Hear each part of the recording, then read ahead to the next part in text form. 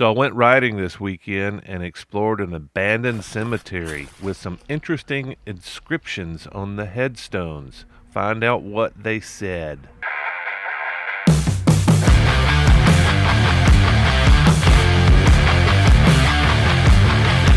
There has been recent conversations about abandoned graveyards, and while I was riding I realized that there was an abandoned graveyard really close by that a retired coal miner introduced me to several weeks back.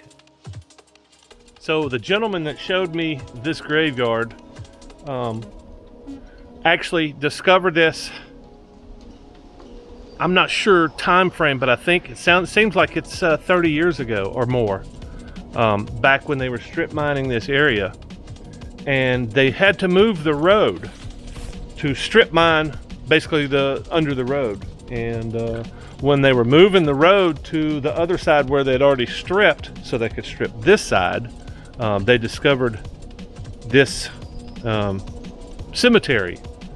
And they kept the cemetery intact. It looks like it's been scraped all the way around it. Maybe it's been mined all the way around it, I don't know. But I just find that part of it's very interesting. And the fact that it's still here after 130 years out in the middle of woods, but nobody knows the origin of this cemetery. If this was a church cemetery, if it was a community, but nobody knows. Now, I have explored and documented several abandoned and forgotten burial sites and graveyards, but I am by no means an expert. But this place was unique. I've seen a lot of improvised headstones before. I've seen headstones made out of concrete. I've seen them made out of just simple stone, like sandstone, like this is. But these triangular and square and rectangle monuments with the inscriptions on them, I'd never seen these types of markers before. And I'm sure maybe a few of you watching this may completely understand what this is all about, but I did as much research as I can or as I could when I was making this video, but I came up short because it seems like Google's covered up with people wanting to sell you headstones and not give you information about headstones. But a few of these box-like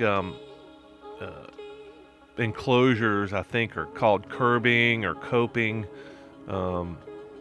I've seen those before, but I've never seen the inscriptions made into what looks like some form of adobe. And this is one of the clearer markers. It's not really totally clear, and it looks like somebody scraped over the inscription trying to read it, or maybe even shot some bleach or cleaner on there or something. I'm not really sure what that's all about. But the other marker that I did see is obviously deteriorating, and I'm a little bit concerned about that, and I kind of want to keep this location as secret as I can.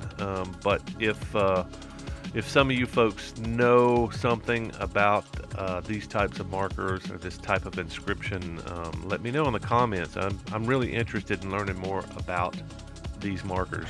So it looks like they misspelled it, but it also looks like, I'm not sure what kind of punctuation they're using. In memory of M, Melissa _A, Wyatt with a T at the end. Was born March the 3rd, 1870, and died December 19th, December 1, 20, December, yeah, that's very confusing, 1873. And here's the most interesting thing. It looks like the script was laid on with some kind of I want to say concrete, but that looks a little bit, it looks more like adobe.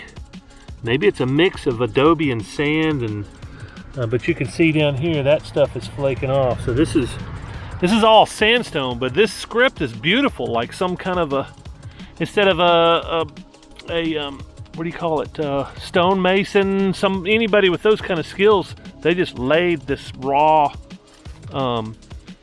patina slash whatever mud over it and made some impressions, probably with some letters, and then just let it dry or baked it, or I'm not really sure what that is, but that is just fascinating. And there's several of these old flowers out here, so it hasn't been that long since somebody visited, but I'm really intrigued with, seems like I read something not too long ago about this type of grave. This box, sandstone, rock, slate, whatever. But it also appears that there's probably less than 50 graves out here. So this was a very small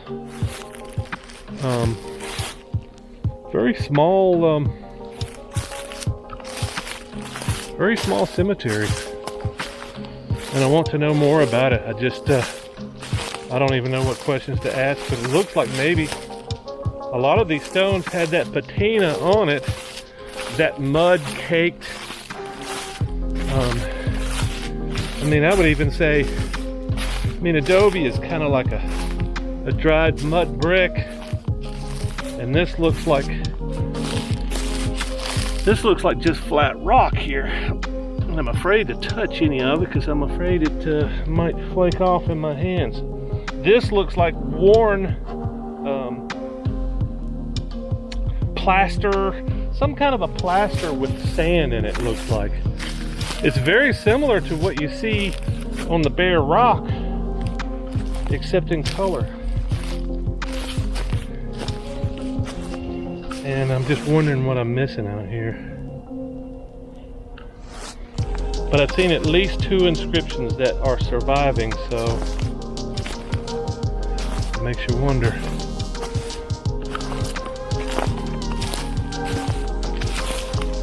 And it also makes me wonder what else happened. Was there anything else that's gotten covered up? It's been a long time since anybody's taken care of these stones out here, other than dropping some plastic flowers on them. And this stone appears to be missing from somewhere. I don't know, what would y'all say, less than 50? But apparently nobody knows anything about this graveyard. So this was not my first graveyard, and it certainly will not be my last.